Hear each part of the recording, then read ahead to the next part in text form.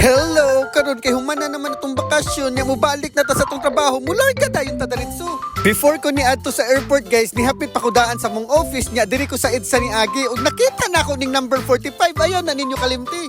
Kay ako OFW man gyud ko mao nang kailangan jud kayo na ako na. At pagkadating ko sa airport guys, nagkita naman kami ng mga kasama ko. Buddy!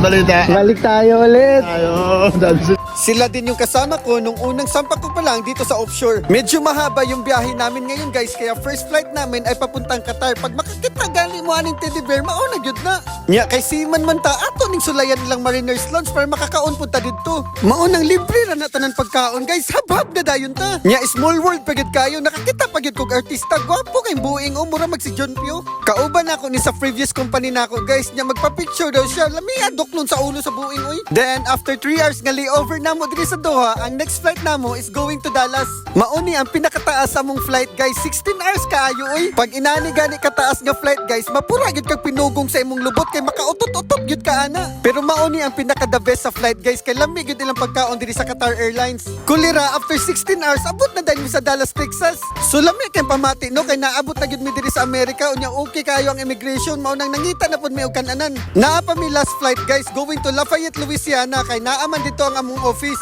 And finally after almost 2 days guys, naabot na din mi diri sa Lafayette, Louisiana. Unya kapoy kayo mo nang diretso na din mi sa hotel. Nya pag abot na mo sa hotel guys, lipay na din kay ng mga tropa kay makapahulay na Tama gyud. ka, brother.